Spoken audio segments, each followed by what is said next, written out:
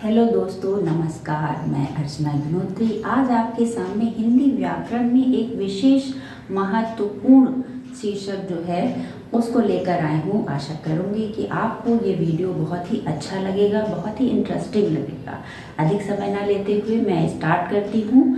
सबसे पहले आप श और श में अंतर को समझिए। अक्सर विद्यार्थी इसमें अंतर समझ नहीं पाते हैं और उच्चारण करते समय, प्रयोग करते समय उनके अंदर अनेक प्रकार की भ्रांतियां उत्पन्न हो जाती हैं। तो उसी को दूर करने के लिए मैं आपके लिए ये एक वीडियो लेकर आई हूँ। शुरू करते हैं। श और शा में अंतर। इसका अंतर हमें समझने के लिए सबसे पहले हमें इनके उच्चारण स्थान को ध्यान में रखना होगा कि किस तरह से हम इनको उच्चारित करें और इनका प्रयोग कहाँ कहाँ पर होता है।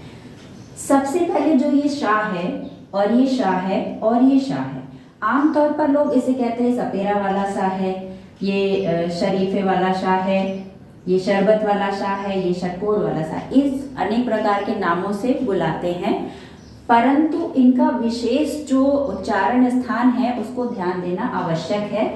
जो ये श है और ये श है और ये शा, ये तीनों शा जो हैं आपके उच्चारण स्थान के आधार पर अलग अलग होते हैं।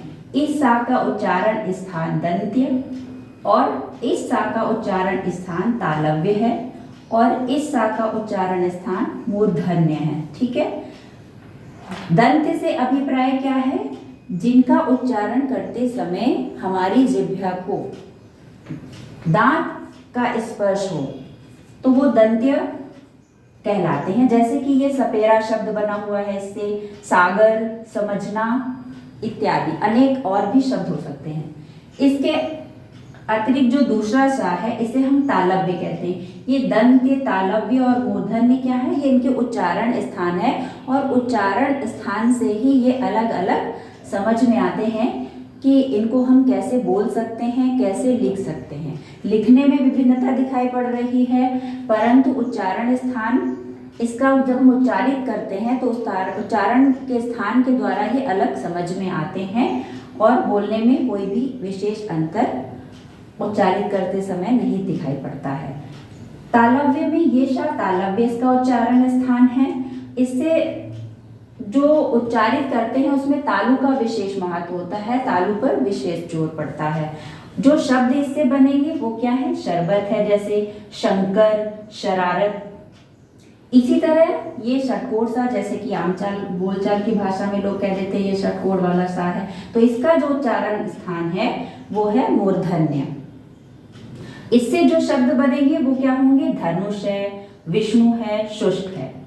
अब हम इसको अच्छी तरह से समझने के लिए हम एक यहाँ पे मैंने एक पिक्चर बनाई हुई है यहाँ पर, जिसके द्वारा आप इसको अच्छे से समझ सकते हैं। ये जो स्थान हमने यहाँ पे दिखाया है ये जबड़ा है, ऊपरी जो जबड़ा जिसे कहेंगे, ये मैंने यहाँ पे लिखा हुआ है। इसके बाद ये हमने ये पॉइंट करके, बिंदु करके आपको दिखाया है ताकि आप आसानी से समझ सके। ये दांत बने हुए हैं और ये जबड़े का ऊपरी भाग है। ठीक है। तो यहाँ पर हम जब कोई भी शब्द उच्चारित करेंगे तो दांत के स्पर्श करते हुए तालु जो शब्द उच्चारित करेंगी तो वो दंतव्य कहलाते हैं।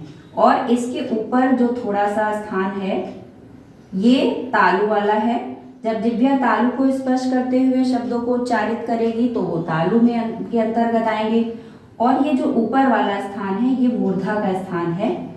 जब हम कोई शब्द उच्चारित करेंगे, जैसे कि ये वाला शा है, इसको हम उच्चारित करेंगे तो जिह्वा यहाँ पर टकराते हुए या मोड़ खाते हुए जो बोलेगी वो इस के अंतर्गत आएंगे। तो ये ऐसे हमारे शब्द हैं जिनमें विद्यार्थियों को बहुत ज़्यादा अंतर समझ में नहीं आता है कि हम कैसे इनको बोले। ये जो शब्द है, मुख्य रूप से जो ये शब्द है मुख्यतः हिंदी भाषा में प्रयोग किया जाता है। इसका मुख्यतः कह सकते हैं, मुख्यतः हिंदी भाषा में इसका हम प्रयोग करते हैं। और जो ये शा और शा है ये मुख्य रूप से संस्कृत भाषा के ही शब्द हैं। संस्कृत भाषा में हम इनका विशेष तौर पे प्रयोग करते हैं, पर हिंदी में भी इनका प्रयोग होता है, पर अधिकांशतः इनका जो प्रयोग है वो केवल संस्कृत भाषा के ही अंतर्गत आता है। आशा करते हैं आपको चीज़ें समझ आई होंगी। नेक्स्ट वीडियो में हम फिर आपसे मिलते हैं। धन्यवाद।